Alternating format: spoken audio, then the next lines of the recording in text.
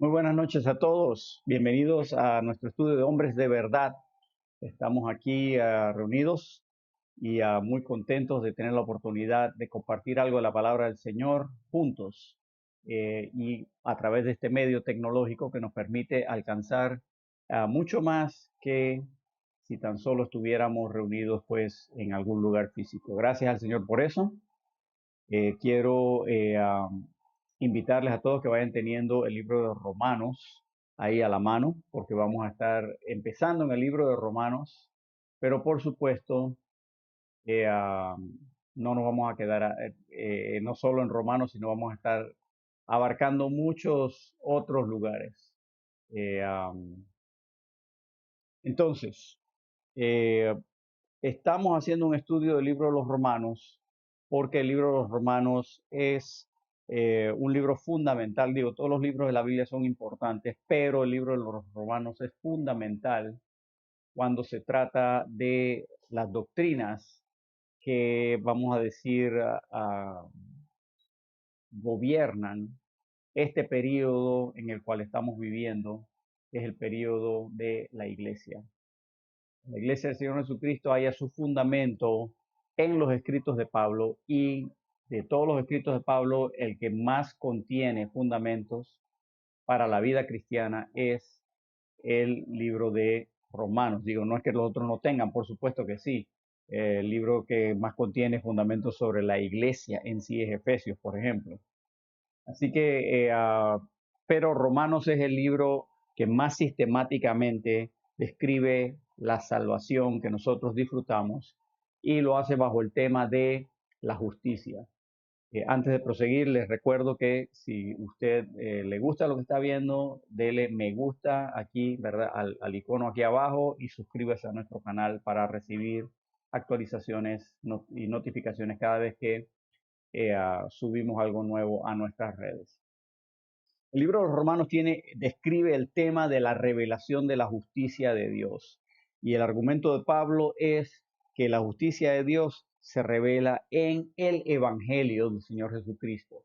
Y el versículo clave que hallamos, y esto es repaso, pero o sea, en la repetición está el aprendizaje. El versículo clave de este tema de Romanos es Romanos 1, 16 y 17, que dice: porque no me avergüenzo del Evangelio, porque es poder de Dios para salvación a todo aquel que cree, al judío primeramente y también al griego, porque en el Evangelio, y aquí viene, la justicia de Dios se revela por fe y para fe.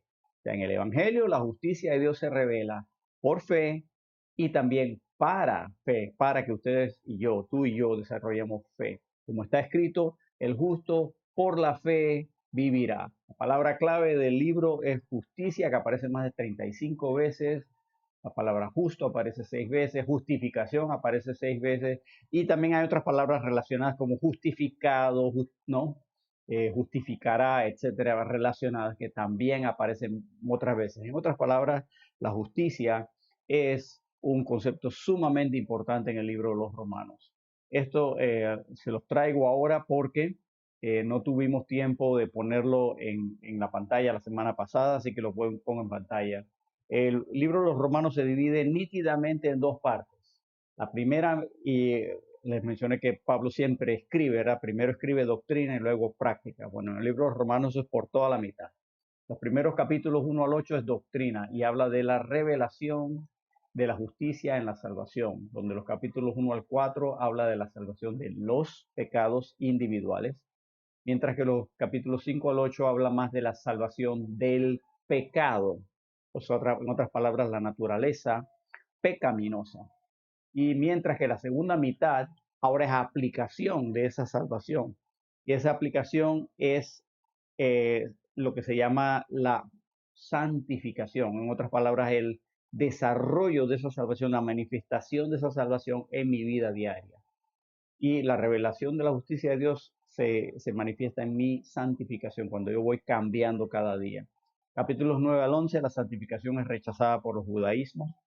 Capítulos 12 al 16 habla de la santificación reproducida en la iglesia. Y la semana pasada hablamos de la esencia de Pablo como siervo, que él en Romanos 1:1, él se describe como tres cosas.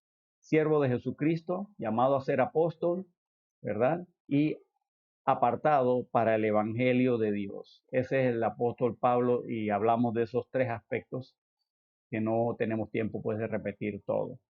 Luego empezamos a hablar del mensaje que predicaba Pablo y aquí dedicamos algo de tiempo. Empezamos a hablar de que Pablo predicaba el Evangelio de Dios. Y si recuerdan, mencionamos que este es el Evangelio que él predicaba, que es que Cristo murió, que fue sepultado y que al tercer día resucitó. Este es un Evangelio nuevo en el sentido de que le fue revelado a Pablo y dijimos, es diferente del Evangelio del reino, que era el que predicaba Juan el Bautista y el que predicaba el Señor Jesús. Así que, en otras palabras, si quieres definir el Evangelio, no puedes ir a los Evangelios, no puedes ir al libro de Mateo, Marcos, Lucas, Juan a hallar la definición del Evangelio, porque ahí no estaba operando el Evangelio que nosotros creemos y seguimos. No es que haya contradicción en la Biblia, es que sencillamente Dios cambió de marcha, o sea, le metió un cambio diferente a su plan que nadie más sabía y ahora ¿cómo se llama? En esta administración que estamos viviendo, la palabra bíblica es dispensación que estamos viviendo, opera el evangelio que predicaba Pablo, que es que Cristo murió, que fue sepultado y al tercer día resucitó. Si ponemos nuestra fe en ese hecho, dice la Biblia que somos salvos. También hablamos la semana pasada de que el centro del Evangelio es el Señor Jesucristo. Y hablamos de que Pablo habla de que Jesús es su Hijo. Todo esto es Romanos 1, estoy básicamente reiterando lo que hablamos la semana pasada.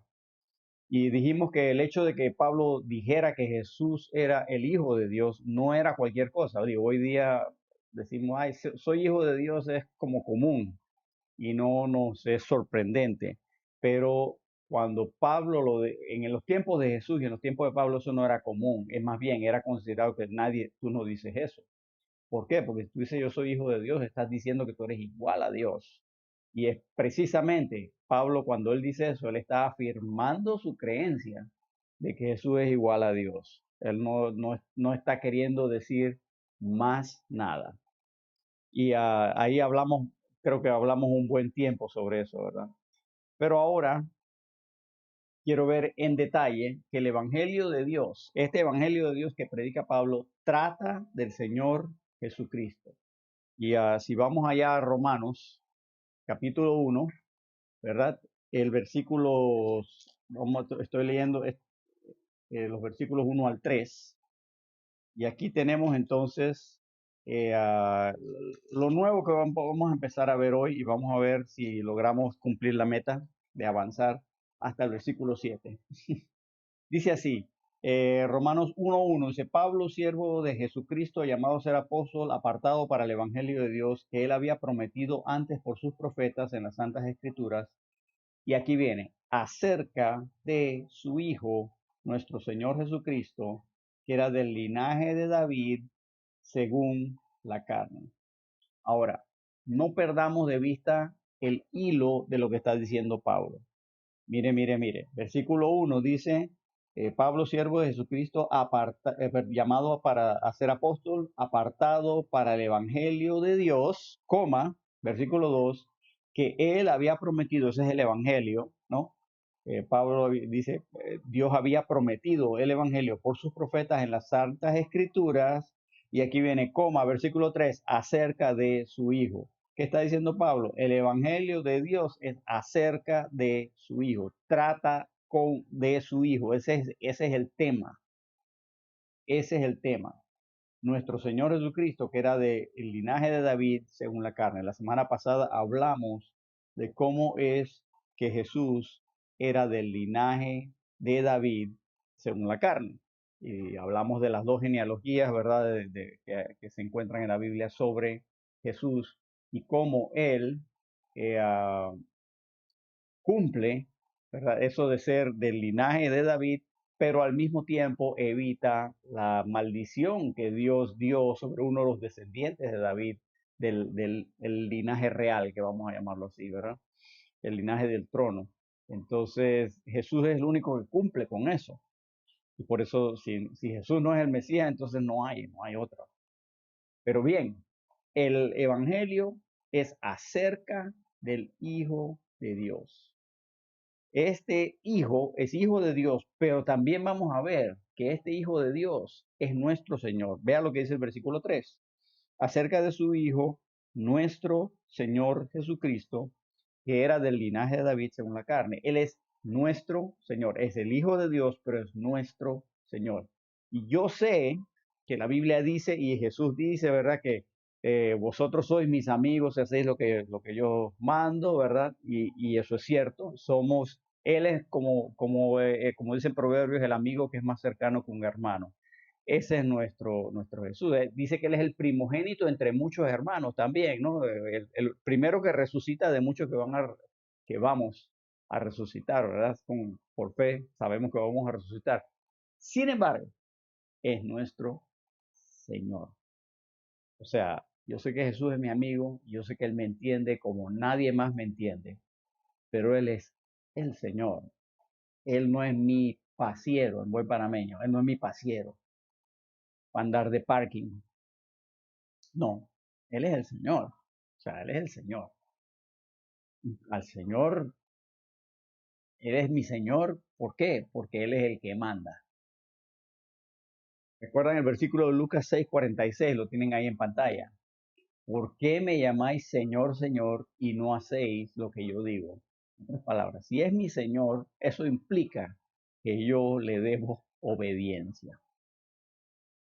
Y cuando una iglesia o un grupo de iglesias o un movimiento que empieza cristiano, ¿no? Un movimiento cristiano que empieza bien o una iglesia que empieza bien, cuando pierde el enfoque del Señor Jesucristo, entonces técnicamente ha dejado de operar como una iglesia cristiana o como un movimiento cristiano. O sea, podrá tener cristiano en el nombre, pero si tú no tienes al Señor Jesucristo como el centro de lo que estás haciendo, eh, un hombre puede decir lo que quiera, pero eso no significa nada. Si Jesucristo no es el Señor el que está mandando ahí, ese nombre carece de peso y carece no tiene apoyo. Y ese es el problema de muchos movimientos que empezaron bien, pero en algún momento se desviaron. Y yo no quiero nombrar nombres porque no me interesa estar criticando a nadie, pero es una realidad. Y si no nos cuidamos, nuestra iglesia puede caer en eso. Nuestra iglesia puede hacerse acreedora. Y disculpen un momento, tengo que apagar mi teléfono aquí porque alguien me está tratando de llamar. Esto es para editar la grabación ahora. Voy a tener que quitar esto de la grabación. Decía, si no nos cuidamos, nuestra iglesia, la iglesia a la que pertenezcamos, el grupo al que pertenezcamos, si perdemos el enfoque del Señor Jesucristo, vaya, el nombre cristiano no es más que un nombre. Y lo siento si eso ofende a alguno de ustedes, si se molestan. Eso es básicamente lo que la Biblia me muestra eso. Y es triste. Sabe que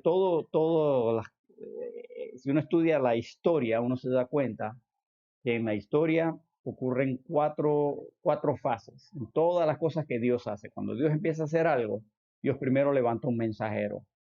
Y ese mensajero recibe una carga de parte de Dios que lo lleva entonces a predicar un mensaje. Y ese mensaje toca a mucha gente. Entonces ese mensajero inicia la segunda fase, que es un movimiento. y ese movimiento empieza porque el mensaje se sigue calando y sigue tocando vidas y se expande y va tocando y se podemos ver muchos ejemplos en la historia de esto, de cosas, obras que el Señor ha iniciado y siempre empieza con un mensajero, luego pasa a un movimiento y ese movimiento coge auge, coge fuerza, se expande, se propaga. Luego, en tercer lugar, ¿qué pasa? El, uh, en algún momento, en algún momento de ese movimiento, la gente se le olvida de transmitir el mensaje original.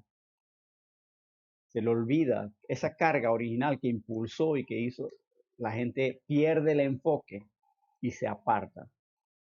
Y entonces las cosas se empiezan a hacer por costumbre, porque así lo habíamos hecho antes, porque así siempre lo hemos hecho. Y entonces, al hacer las cosas así, eh, es lo que siempre hemos hecho. Y el movimiento, entonces lo que se convierte es en una máquina. Y esa es la tercera fase, una máquina. Las cosas se hacen porque es la costumbre, es la tradición, siempre se ha hecho así, así es como lo hacemos nosotros. Y entonces pierde vida, se hacen mecánicamente las cosas. Y por último, lo que ocurre es que esa máquina, entonces como no tiene vida, deja de expandirse. Y pues los fieles quedan ahí, pero ellos empiezan a morir o empiezan a apartarse o lo que sea y va quitándose, perdiendo fuerza, perdiendo vida y al final solo queda un monumento. Y solo hay que ir a Europa y ver los cientos de monumentos que hay en tantas ciudades donde la iglesia perdió el enfoque del Señor Jesucristo. Y el Señor Jesús dice, si yo soy el Señor, entonces ¿por qué no hacen lo que yo digo? Él nos dice, sabe que yo creo, esta es mi opinión personal, así que si ustedes están en desacuerdo, bien, porque esta es mi opinión, que creo que la he sacado de la Biblia, pero tengo que admitir que es mi opinión porque no va a encontrar un versículo que le diga esto. Pero esto es lo que yo veo, esto es lo que yo veo.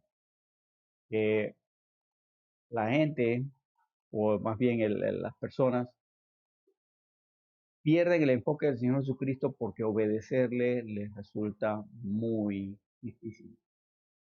Y es más fácil confiar en esta máquina que he creado y poner mi fe en la máquina en lugar de poner mi fe en lo que dice el Señor. Y eso es triste porque vemos muchos monumentos en muchas partes. Y si no nos cuidamos, nuestra iglesia puede caer víctima de eso. Y eso no soy profeta, así que no, eso no es que va a pasar, pero yo solo sé que si no nos enfocamos en el Señor Jesucristo, eso es lo que nos puede pasar. Y tenemos que tener mucho cuidado. El versículo sigue diciendo, ¿verdad? Que dice el versículo 3, acerca de su Hijo, nuestro Señor Jesucristo, que era el linaje según la carne, versículo 4, que fue declarado Hijo de Dios con poder. Vea, que fue declarado Hijo de Dios con poder según el Espíritu de Santidad por la resurrección de entre los muertos. Ahora, eso hay que verlo un poquito en detalle. ¿Qué dice el versículo? Mire, lo que dice el versículo básicamente es esto, que Jesús, su Hijo, el versículo 3 habla de su Hijo, ese es Jesús. Versículo 4 dice que fue declarado Hijo de Dios con poder. ¿Cómo? Al final dice, por la resurrección de entre los muertos. Lo que aparece entre esas dos cosas, entre comillas, es como un paréntesis. Así que lo que dice gramáticamente el versículo es que Jesús fue declarado Hijo de Dios, o sea, lo que lo manifestó, Él es el Hijo de Dios con poder, fue la resurrección de entre los muertos.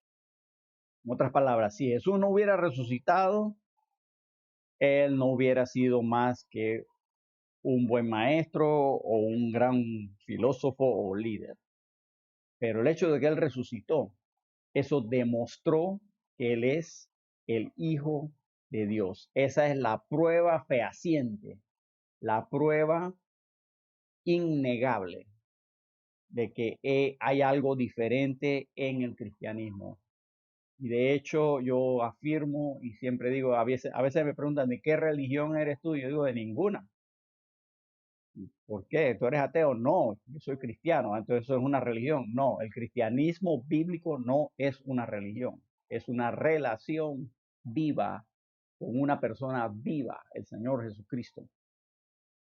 Las religiones son todas creaciones humanas. Y en ese sentido, pero eso en realidad ya me di cuenta que eso solo funciona entre creyentes. El inconverso no te entiende eso. Porque para el inconverso todo es religión. Pero yo sé que con el Señor Jesucristo es diferente. ¿Saben por qué lo digo? Porque, mire, leemos historias en la Biblia. Leemos a Elías y Eliseo. Ellos resucitaron a otros muertos, ¿verdad? Pero cuando ellos murieron, se quedaron muertos. El rey David, el hombre según el corazón de Dios, gran hombre de Dios, con sus fallas, que la Biblia nos muestra sus fallas, y de paso así sabemos que la Biblia es la palabra de Dios, porque la Biblia no nos esconde los fracasos de sus héroes. Si la Biblia fuera escrito por hombres, hubieran tapado todo eso, así como nuestros grandes líderes políticos tapan siempre, tapan sus malos hechos, ¿verdad? Eso no solo son los políticos, todos nosotros lo hacemos. Usted y yo lo hacíamos. Yo escribo tu biografía, tú escribes la mía, tú tapas lo malo porque no quiere que se sepa. Pero en la Biblia no, en la Biblia te lo expone. Me salgo del tema, disculpen. Mi punto era que David, el gran hombre de Dios, murió y muerto se quedó, ¿verdad? Eh, uh, pero con Jesús pasa algo muy diferente. Jesús resucitó. Y de hecho un pastor por allí dijo, y me gustó esto, que mira, si, si alguien pudiera encontrar un hueso de Jesús, el cristianismo ahí muere, ahí termina. Porque nosotros estamos basados en el hecho de que Jesús resucitó. El mismo apóstol Pablo resucitó a un muchacho ahí en Hechos 20, pero cuando Pablo murió, muerto se quedó, ¿verdad? Pero Jesús no. Y otra vez, o sea, el muchacho que Pablo resucitó, ese muchacho, si Pablo no hace algo y guiado por Dios no lo resucita, el muchacho se queda muerto, ¿verdad? Él no tenía poder para resucitar, pero Jesús es diferente, porque él resucitó por su propio poder. Él mismo resucitó porque él tenía el poder para resucitar. Y si no me cree, vaya conmigo, ¿verdad? A Juan capítulo 10, versículos 17 y 18. Aquí Jesús, él está hablando y sus discípulos esto no lo entendieron para nada. Pero vean lo que dice Juan. Nosotros lo entendemos porque ahora estamos de este lado de la resurrección. Juan capítulo 10, versículo 17 dice, por eso me ama el Padre, porque yo pongo mi vida para volverla a tomar. Nadie me la quita, sino que yo de mí mismo la pongo. Tengo poder para ponerla y tengo poder para volverla a tomar. Este mandamiento recibí de mi Padre. Vea, Jesús dice, miren, honestamente, cuando me vayan a crucificar, él no dijo esto, pero estoy interpretándolo. Honestamente dice, cuando me vayan a crucificar, esos romanos no me pueden matar si yo no me dejo. Yo tengo poder, sin embargo, para poner mi vida. O sea, yo la pongo. Ellos no me pueden hacer nada si yo no la pongo. Yo tengo poder para ponerla, entonces yo la pongo. ¿Por qué? Porque él era el hijo de Dios. Claro, en este momento nadie entiende bien a qué se refiere. Todo el mundo cree que él es el gran profeta, ¿verdad? Pero ahí no termina. No solo tengo poder para poner mi vida, tengo poder para volverla a tomar. En otras palabras, Jesús está diciendo, yo tengo poder para resucitar yo mismo. Jesús resucitó a Lázaro. Jesús tenía todo el poder para resucitar a Lázaro. Lázaro no tenía poder para resucitarse a sí mismo. Jesús resucitó al hijo de una viuda, dice. Ese muchacho no tenía poder para resucitar en sí mismo, pero Jesús tenía poder para resucitarlo. Pero bueno, digo, Elías y Eliseo resucitaron a otros muertos, digo, eso no es primera vez que ocurre. ¿De acuerdo? De acuerdo. De hecho, los huesos de Eliseo dice, ¿verdad? Que estaban en la fosa abierta y echaron a un muerto que cayó sobre los huesos de Eliseo y resucitó. ¡Wow! Pero eso o sea, eso ha pasado antes, pero lo que nunca había pasado antes es que Jesús de su propio poder resucita. Hay más. Eso me dice algo muy importante, porque Romanos 10:9 dice, ustedes lo conocen de memoria a lo mejor, dice que si confesares con tu boca que Jesús es el Señor, y preste atención, y creyeres en tu corazón que Dios le levantó de los muertos, serás salvo. Okay. Miren lo que dice. Jesús dijo en Juan 10, versículo 17, que yo tengo poder para volverla a tomar mi vida. Tengo poder para resucitar. Romanos 10:9 dice que ¿quién resucitó a Jesús? Dios. Entonces, si Jesús tiene poder para tomar su vida y Dios es el que resucita, si Jesús tiene poder en sí mismo para resucitar y Dios fue el que lo resucitó, quiere decir que Jesús es igual a Dios. Es la conclusión lógica, es lo que el lenguaje de las escrituras denotan, y el que lo niegue sencillamente no quiere aceptar lo que dice, porque hay gente que lo niega, hay gente que lo niega. Jesús tenía poder para tomar su vida, en otras palabras, para resucitar, y Él resucitó por su propio poder, lo que significa que Él tiene que ser Dios. Otro dato, pensemos en otra cosa. Tal vez nunca se lo ha pensado así, pero el cristianismo, que no es una religión, el cristianismo no se fundamenta en las enseñanzas de Jesús. Nadie se hace cristiano porque sigue las enseñanzas de Jesús. No. ¿Por qué? ¿Cómo nos hacemos cristianos? Por creer en la resurrección de los muertos. Para ser salvo hay que hacer lo que dice Romanos 10:9, que lo acabamos de leer, que si confesares con tu boca que Jesús es el Señor y creyeres en tu corazón que Dios le levantó de los muertos, serás salvo. Esto es una bomba, o sea, por eso es que no somos una religión. No seguimos las enseñanzas del gurú que nos fundó, como ocurre con otras religiones. Y para aquellos que no quieren creer que Jesús es Dios, eso es lo que dice la Biblia, no lo digo yo.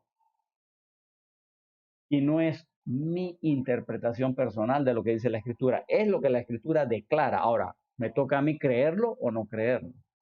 Eso sí, y hay muchos que no lo creen. ¿Me oyó, señor testigo de Jehová? ¿Me oyó, señor mormón? No quiero ofender a nadie, pero eso es lo que dice la Escritura. Ahora, si ustedes no lo creen, ok, yo no tengo problema, ustedes no lo crean, pero aténganse a las consecuencias de no creerlo, porque hay consecuencias. Nosotros las enseñanzas de Jesús nos guían, nos ayudan, nos estimulan al crecimiento, nos muestran lo que es correcto hacer, todo eso es fantástico, pero yo no soy salvo por esas enseñanzas. Yo soy salvo por creer en la resurrección de Jesucristo. Que Él murió, el Evangelio es que Él murió, fue sepultado y al tercer día resucitó. Si yo creo que con eso Él pagó por mis pecados, yo soy salvo. Eso es todo. Pero eso no es una religión, ¿ves? Ahora, Pablo lo que sigue haciendo, ahora estamos en la introducción apenas del libro de los Romanos, lo que él sigue haciendo, el primero nos habla, ¿verdad?, de que él predica el Evangelio de Dios y que el Evangelio de Dios trata del Señor Jesucristo y que el Señor Jesucristo se demostró que Él es el Hijo de Dios porque Él resucitó. Y ahora entonces Pablo hace un giro y empieza a hablar de quiénes le están escuchando. Veamos otra vez Romanos 1, ¿verdad? Capítulo 1, estamos en versículo 4, que fue declarado Hijo de Dios con poder según el Espíritu de Santidad, que sea el Espíritu Santo, obviamente, por la resurrección de los muertos, versículo 5, y por quien recibimos la gracia y el apostolado para la obediencia a la fe en todas las naciones por amor de su nombre. Así que Pablo ahora describe a la audiencia que le escucha, o que le está leyendo, mejor dicho. Y lo primero que él dice es, ¿quiénes somos los que estamos leyendo esta escritura? Él dice, ¿por quién recibimos? O sea, todos recibimos por Jesús la gracia y el apostolado para la obediencia a la fe. Todos recibimos salvación del Señor Jesús y recibimos el servicio que podemos ofrecerle a Dios. Lo recibimos del Señor. El Señor es el que nos da todo esto. Pablo dice lo primero, por quien recibimos gracia. Gracia en la Biblia lo que significa es un favor inmerecido. En otras palabras, que Dios me mira con buenos ojos o me trata bien sin que yo me lo merezca. Por Jesús recibimos la gracia. ¿Recuerdan Efesios 2.8? Efesios 2.8 nos dice que por gracia soy salvo por medio de la fe. Si yo soy salvo, es por medio de la fe, porque puse mi fe en la resurrección de Jesucristo, pero es por la gracia de Dios. En otras palabras, yo no me lo merecía y no pude hacer nada para merecerlo. Yo no puedo hacer nada para ganármelo. Es por gracia, no por obras, continúa diciendo el versículo 9, ¿verdad? No por obras, para que nadie se gloríe. Así que no hay nada que yo pueda hacer, es un favor inmerecido que recibo yo de Dios. Él me permite poner mi fe en el Señor Jesucristo para ser salvo. Entonces, a nosotros nos toca responder a la gracia de Dios que nos ha dado por el Señor Jesucristo. Y aquí en este sentido, cuando él dice por quien recibimos gracia, Pablo está haciendo una alusión al hecho de que por Jesucristo recibimos nuestra salvación. Es la gracia de Dios operando a través de lo que hizo el Señor Jesús. Pero entonces Pablo dice esta otra frase. Dice por medio, dice versículo 4, 5, perdón, y por quién recibimos la gracia y el apostolado. Obviamente Pablo está hablando de él. Él dice de Jesús recibimos la gracia y el apostolado. Está hablando en plural porque él dice, bueno, yo recibí el apostolado, pero en realidad todos nos pasa algo similar, que Dios nos da salvación y nos da también el área donde quiere que le sirvamos. Por eso yo puse salvación y servicio. Porque Dios me da salvación, pero también, recuerdan cuando hablamos del llamado, ¿verdad? Hablamos de que Dios me da, no solamente me llama a la salvación, sino que me llama al servicio. Así que aquí este refuerzo, eso es versículo 1, ¿verdad? Habla del llamado. Específicamente Pablo recibió inicialmente del Señor Jesús gracia para ser salvo, pero después recibió lo que él describe como el apostolado para servirle. Y lo mismo ocurre contigo y conmigo. Primero recibimos gracia de Dios para ser salvos, pero después recibimos un llamado para servirle. Y esto lo dijimos antes, lo que pasa es que mucha gente no quiere responder al llamado porque le da miedo o qué sé yo, no quieren servir al Señor muchos. Pero otra vez, esto nos recuerda el versículo 1, que Pablo dijo que él fue llamado a ser apóstol. Y creo que este es un buen momento para hablar de qué es un apóstol en la Biblia. Así que Pablo recibió un apostolado, pero el apostolado que Pablo recibió fue un apostolado muy particular, muy peculiar, que él lo describe como el apostolado a los gentiles. Ahora, ¿qué es un apóstol? En la Biblia, un apóstol es una persona que es enviada a otro lugar con un mensaje que entregar, un mensaje que comunicar. Eso es lo que es un apóstol en términos generales. Ese es el significado de la palabra apóstol. Ahora, Pablo fue enviado a los gentiles. Si leemos su historia, ¿verdad? En el libro de los Hechos, él dice claramente, Dios le dijo, te voy a enviar a los gentiles para ser el heraldo de Dios, el que anunciaba esta cosa nueva que aquí, en este capítulo de Romanos, él le llama el Evangelio de Dios. Que Dios le dio a Pablo la misión, anda a los gentiles a predicarles. Y el apostolado de Pablo incluyó recibir revelaciones específicas y nuevas directamente de Dios para nuestro beneficio. O sea, cuando digo nuestro, hablo de la iglesia gentil, porque cuando no tenemos tiempo de entrar en eso, pero los judíos pensaban que ellos primero van a ser salvos primero y los gentiles, si acaso, después. Así pensaban ellos.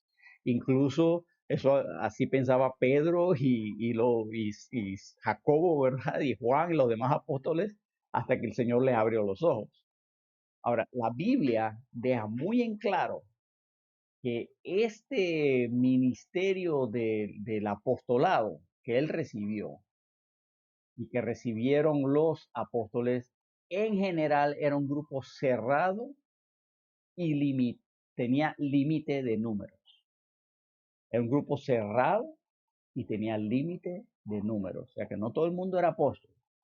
Ahora, vemos básicamente tres grupos en la escritura donde que se les llaman apóstoles. Y el primero de esos tres grupos son los 12. Los 12. Estos fueron los que fueron escogidos inicialmente por Jesús. Los 12, ¿verdad? Tenemos sus nombres y todo eso. Y ellos sabían que tenían que ser 12. No voy a entrar en razones por qué, pero tenían que ser 12. Y sabemos que tenían que ser 12 porque cuando Judas cae, lo primero que hacen en Hechos capítulo 1 es elegir a un sucesor y ¿verdad? Eligen a Matías, a que le siga. Pero vamos a ver cuáles eran los requisitos para ser, para ser del grupo de los 12. ¿Cuáles eran los requisitos? Eso lo vemos en Hechos capítulo 1, versículos 21 y versículos 22. ¿Qué dice Hechos capítulo 1, versículo 21?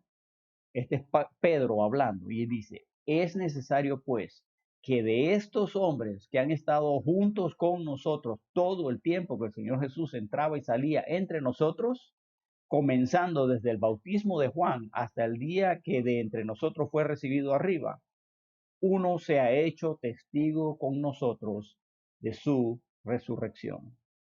En otras palabras, para ser de los 12, uno tenía que haber andado con Jesús literalmente, físicamente, desde que Jesús fue bautizado por Juan el Bautista hasta su ascensión. Y de todos ellos, obviamente no eran muchos, y cuando a la hora de elegir sucesor, esto nada más había dos candidatos, y de los dos le tocó a Matías, y él fue contado entre los 12. Y así vemos que esa frase, los 12, se refiere a este grupo cerrado.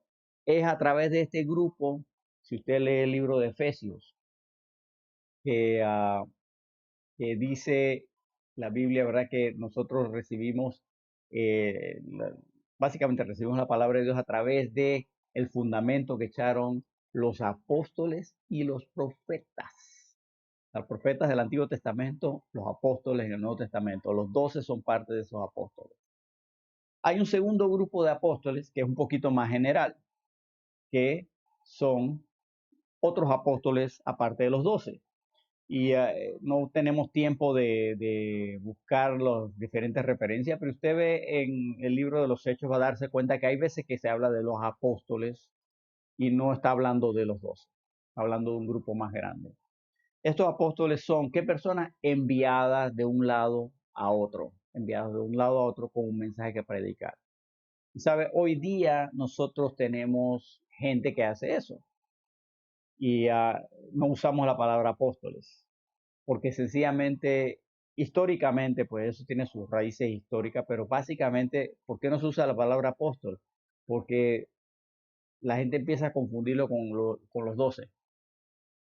¿Y a qué nombre les damos hoy día? Les llamamos misioneros, una persona enviada de un lugar a otro con un mensaje que comunicar o predicar. Eso es un misionero.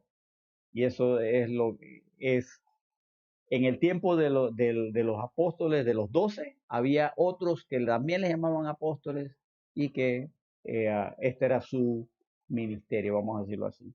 Ese ministerio, vamos a decir que todavía existe, pero ya no le llamamos apóstoles, le llamamos misioneros.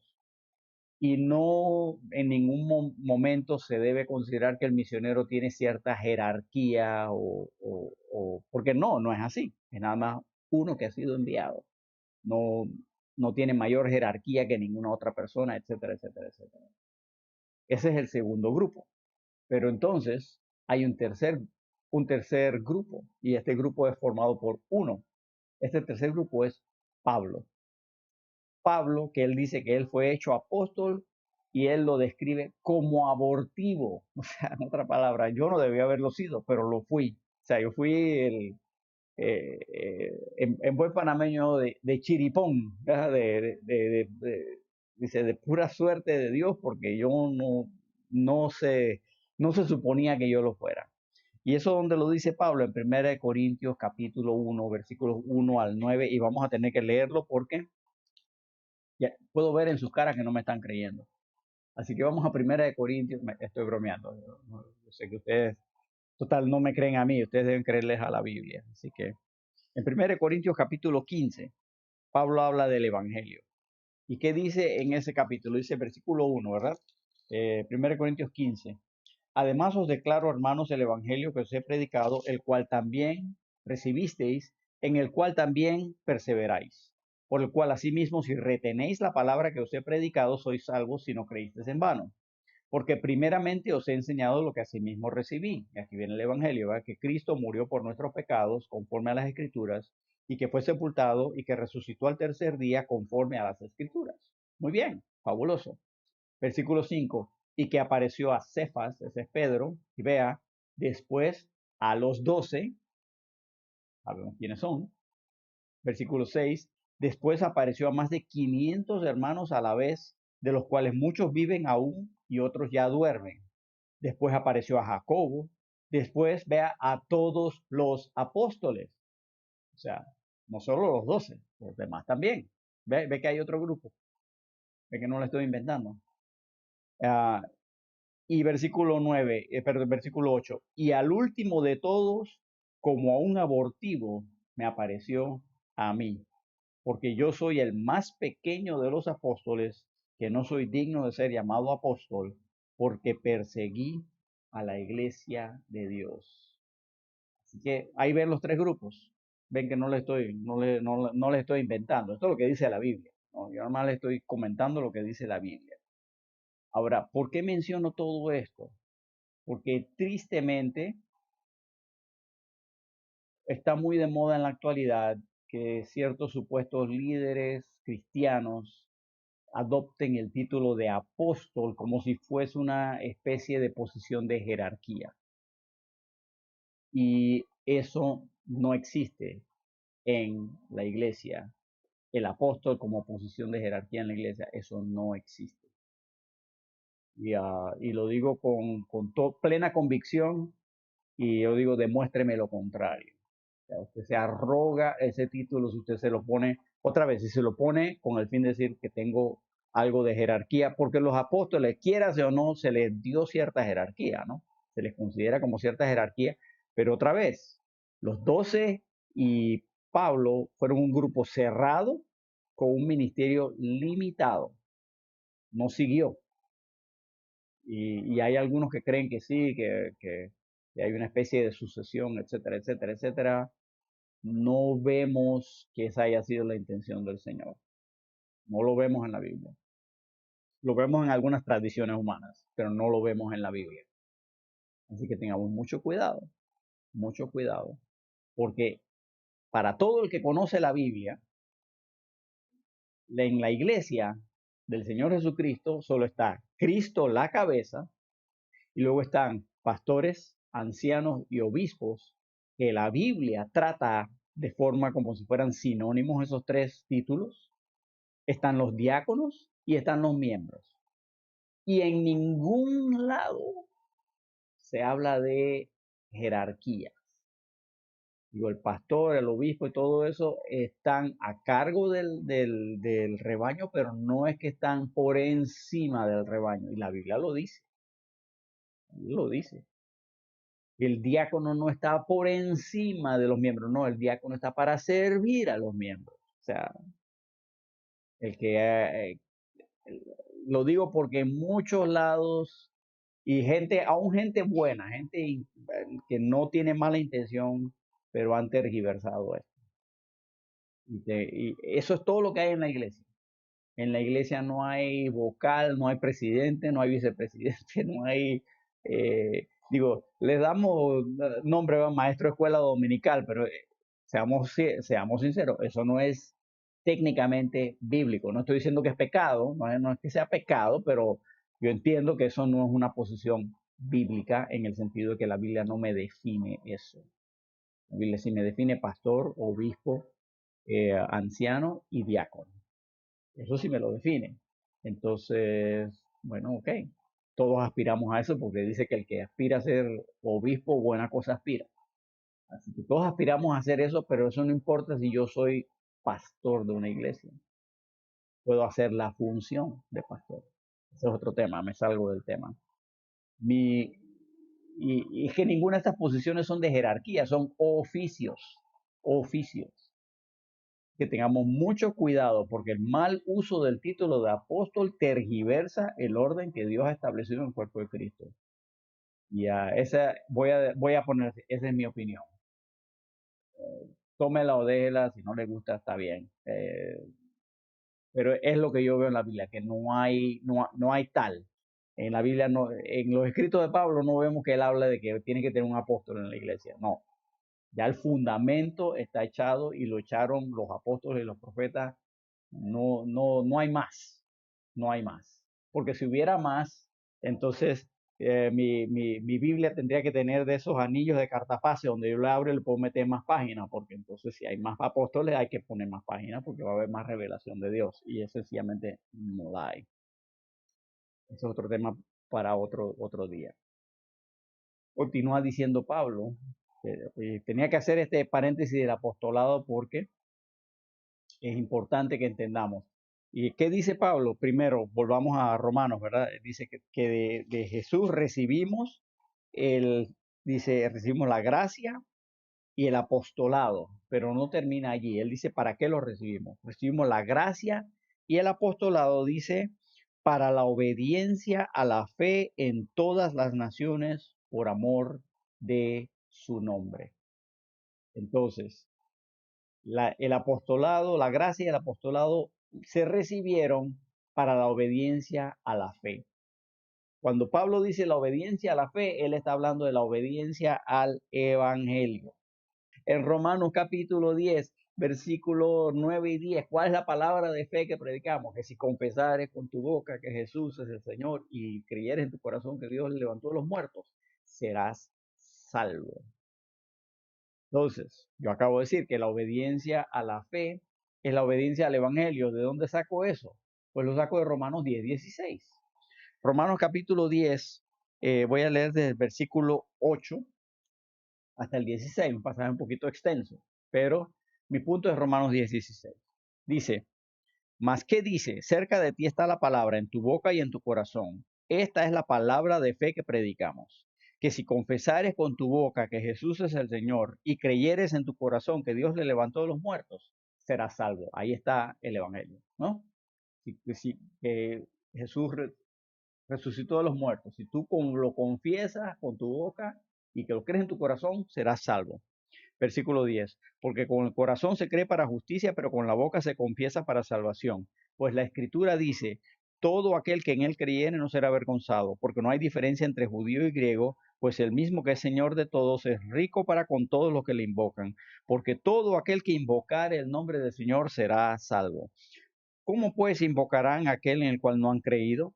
¿Y cómo creerán en aquel en quien no han oído? ¿Y cómo irán sin haber quien les predique? ¿Y cómo predicarán si no fueren enviados? Como está escrito, cuán hermosos son los pies de los que anuncian la paz, de los que anuncian buenas nuevas.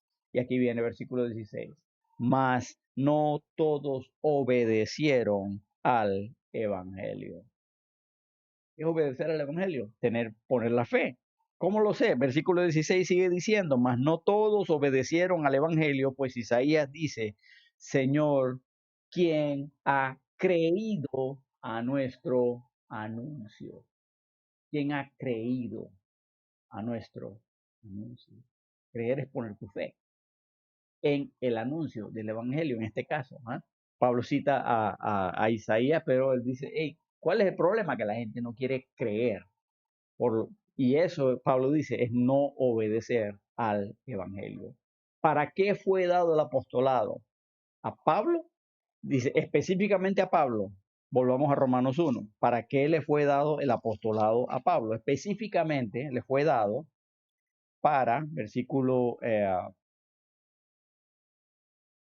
5, para la obediencia a la fe en todas las naciones. La nación, las naciones aquí, esa es traducción de la palabra griega ethnos.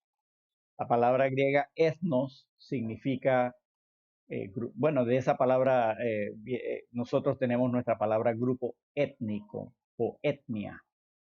Se habla de, cuando habla de todas las naciones, habla de todos los grupos étnicos del mundo. Que Pablo recibió el apostolado a fin de comunicar el evangelio a todos los grupos étnicos, para que en todos los grupos étnicos haya obediencia a la fe. En otras palabras, sean salvos. Nosotros llamamos eso la gran comisión. Ir por todo el mundo y predicar el evangelio, ¿verdad? Eso es lo que llamamos la gran comisión. Hechos 1:8, me seréis testigos, ¿verdad? Recibiréis poder cuando haya venido sobre vosotros el Espíritu Santo y me seréis testigos en Jerusalén, en toda Judea, en Samaria y hasta lo último de la tierra, en todas las naciones. Ese es el propósito del ministerio. Y a Pablo le fue dado el apostolado. A ti y a mí nos ha sido dada la gran comisión. Hechos 1:8. Ir a todas las naciones a comunicar el evangelio. Y no lo estoy poniendo en la pantalla, pero cuando terminemos lo van a saber de memoria, ¿verdad? Porque lo voy a repetir no sé cuántas veces en este estudio a lo largo que vayamos. Hechos 1:8, ¿qué dice? Iremos a todas las naciones. Vamos a todas las naciones a comunicar el evangelio. Y dice en Apocalipsis capítulo 5, ¿verdad? Que todas las lenguas, tribus, pueblos y naciones van a estar alabando a Dios. Y entonces Pablo dice que él recibió el apostolado para la obediencia a la fe. Nosotros recibimos la salvación y la misión que Dios nos haya encomendado, la forma de servir, que si está sirviendo en la escuela dominical o está sirviendo, ¿verdad?, en la alabanza o está sirviendo en lo que fuera, para comunicar el evangelio a fin de que personas vengan a la fe. Ese es el propósito. Si no estamos haciendo eso, perdimos el enfoque. Recuerdan que hace un rato hablé de perder el enfoque del Señor Jesucristo. Si yo no estoy comunicando el evangelio para que otras personas vengan a la fe, estoy jugando a la iglesia. No estoy haciendo lo que Dios quiere que haga. Eso es fuerte, eso es fuerte. No estoy, y no lo digo a la ligera. Ah, no, es que yo tengo un ministerio de vender rosas para Jesús. Hey, Dios puede hacer un ministerio de lo que sea. Pero si al vender rosas no estás comunicando el evangelio en algún momento, entonces no estás haciendo la obra. Lo siento. No, yo canto para el Señor. No, yo soy músico. Y yo he pasado los últimos 30 años de mi vida metido en la alabanza en la iglesia. Así que lo digo nada más para decir que tengo algo de experiencia en este ámbito. Y si tú que estás cantando para el Señor, pero no estás comunicando el evangelio,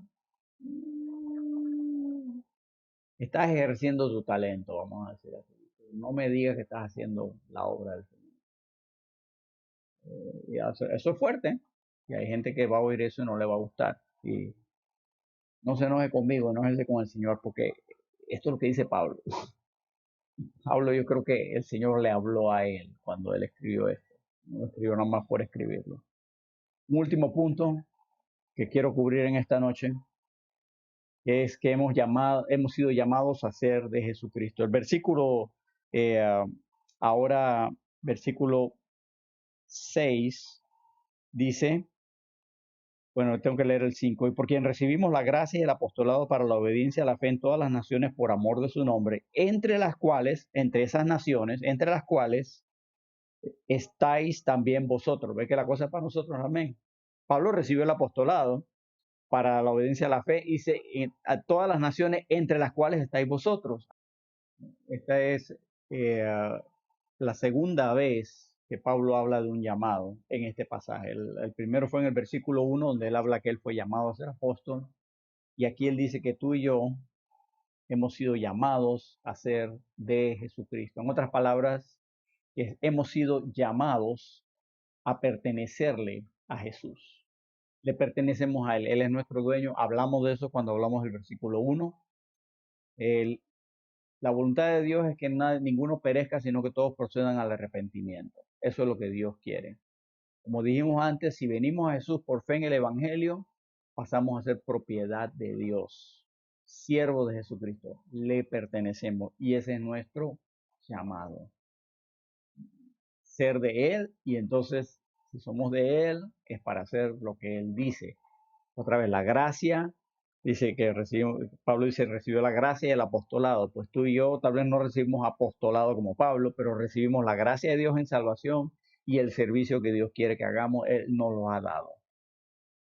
Y yo he visto en personas, yo sé de personas que de la forma más extraña, digo, hablé de un ejemplo de tal vez no positivo, ¿verdad? De gente que ha perdido el enfoque, que está haciendo alguna cosa para Jesús, pero no comunica el Evangelio. Eso no es hacer la obra.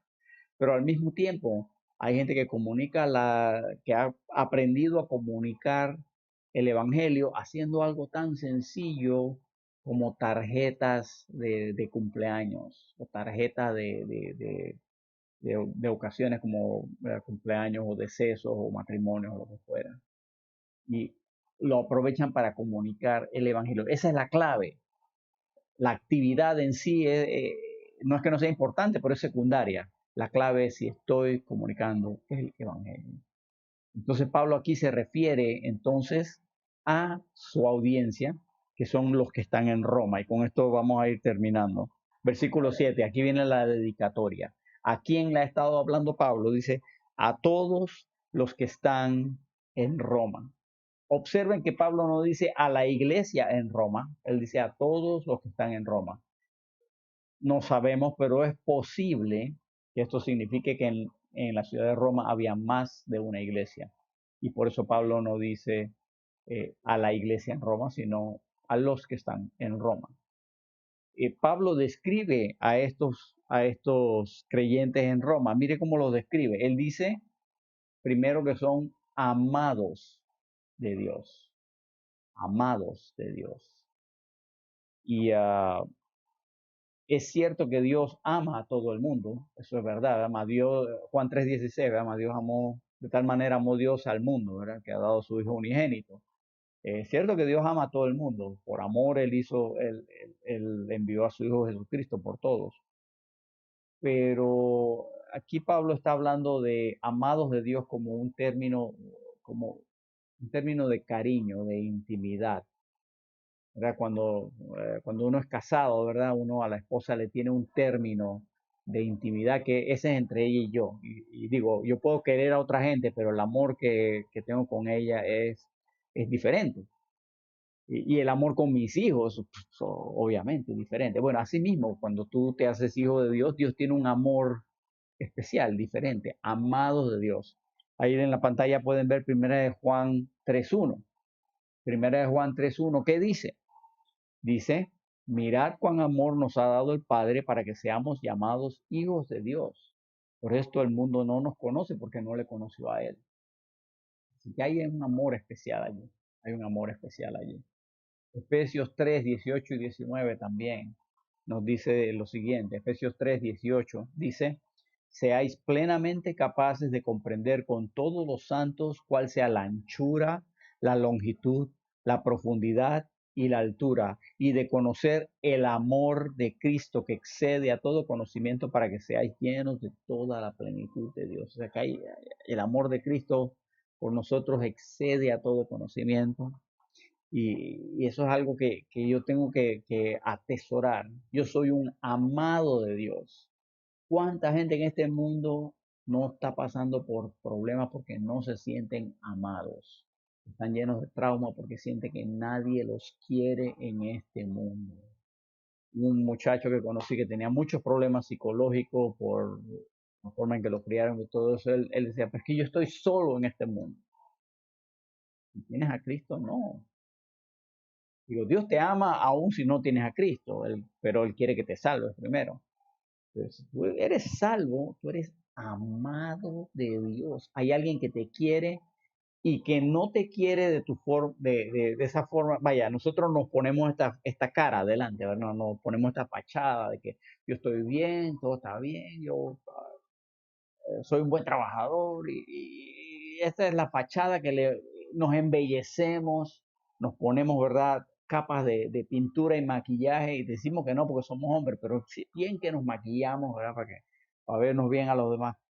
Dios, eso no lo engaña. Dios ve hasta adentro y ve el corazón y ve lo perverso, lo inconsistente, lo pecador que soy y aún así me ama. Wow.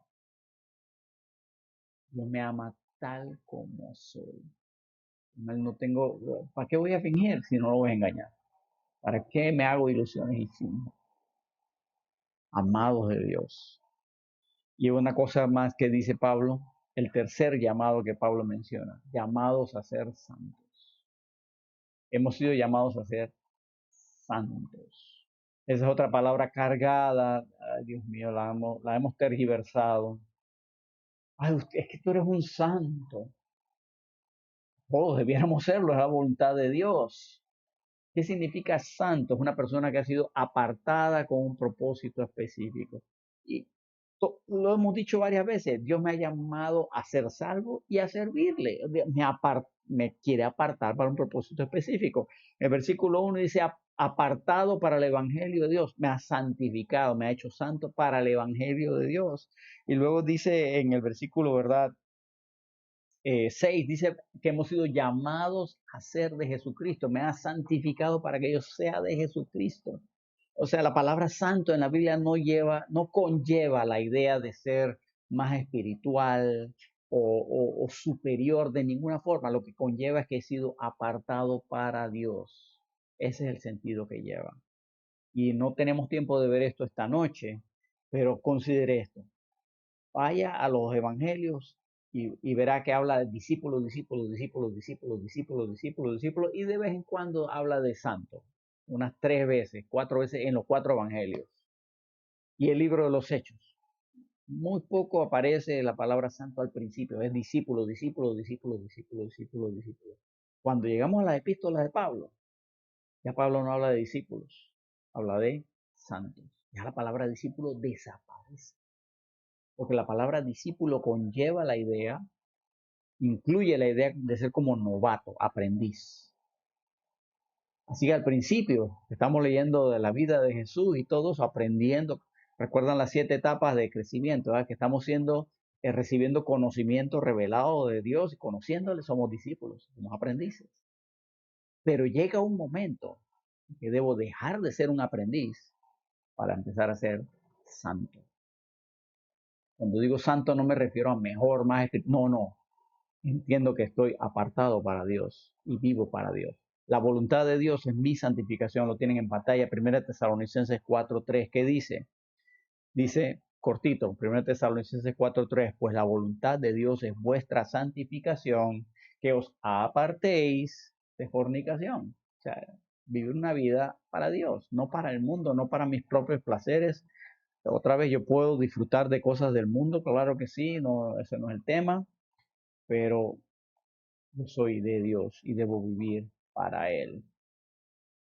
Si yo soy de Dios, yo soy amado de Dios y he sido llamado a ser santo. Termina el versículo diciendo Pablo, gracia y paz a todos vosotros de Dios nuestro Padre y del Señor Jesucristo. Y siempre va en ese orden, gracia y paz. Porque primero recibo la gracia de Dios y después recibo la paz de Dios. Si acepto la gracia de Dios, soy salvo, entonces tengo paz con Dios. Eso también es bíblico. Así que hasta ahí en el saludo Pablo es bíblico. Hasta en el saludo Pablo es bíblico. Y si usted lee algo de historia y todo eso, le dirán que, bueno, que los griegos cuando se saludaban unos a otros, así como nosotros decimos aquí en Panamá, qué sopa, ¿no? Hey, qué sopa, los griegos lo que decían, la palabra que usaban era la palabra gracia, gracia, gracia y gracia, es como el saludo. Por otro lado, los judíos, la palabra que usan para saludarse es la palabra paz. Shalom, tal vez lo he oído. Shalom, shalom, shalom. Paz, paz, paz. Así se saludan. Así que también vemos un elemento cultural aquí que Pablo está saludando a su audiencia gentil, griego, ¿no? Con gracia, y a su audiencia judía, shalom, paz. Y vemos hasta ahí que nada es accidente en la Biblia, nada es accidente. Aún un saludo tiene una enseñanza. Primero tengo que recibir la gracia de Dios para tener la paz de Dios. ¿Qué conclusión podemos sacar para nuestras vidas en esta noche? Bueno, digo, hay mucho de lo que hemos mencionado, pero para mí el punto saliente es que he sido llamado para ser de Jesucristo, para comunicar el Evangelio y que de todas las naciones haya obediencia al Evangelio. Si yo no estoy metido en esa misión, yo no estoy cumpliendo la misión de Dios para mi vida. ¿Y cómo quiere Dios que yo haga eso? Eso es individual, eso yo no te lo puedo decir. Yo sé que en mi caso, Dios hizo cosas muy específicas y me llevó a lugares muy específicos para que yo le esté sirviendo. Y mi misión es obedecerle. Y yo sé que le he fracasado y todo eso, pero te lo pongo a ti. ¿Qué estás haciendo tú? Dime, ¿qué estás haciendo tú? Y si tú no tienes una respuesta para ello, entonces, hermano, en esta noche te digo, arrepiéntete y dile al Señor, muéstrame, Señor, dónde quieres tú que yo te sirva. Esa es una oración que estoy seguro que te la va a contestar porque es conforme a la voluntad de Dios. Así que con eso les digo, hermanos, gracia y paz a todos vosotros en nombre del Señor Jesús y de nuestro Dios, nuestro Padre. Que Dios los bendiga ricamente en esta noche.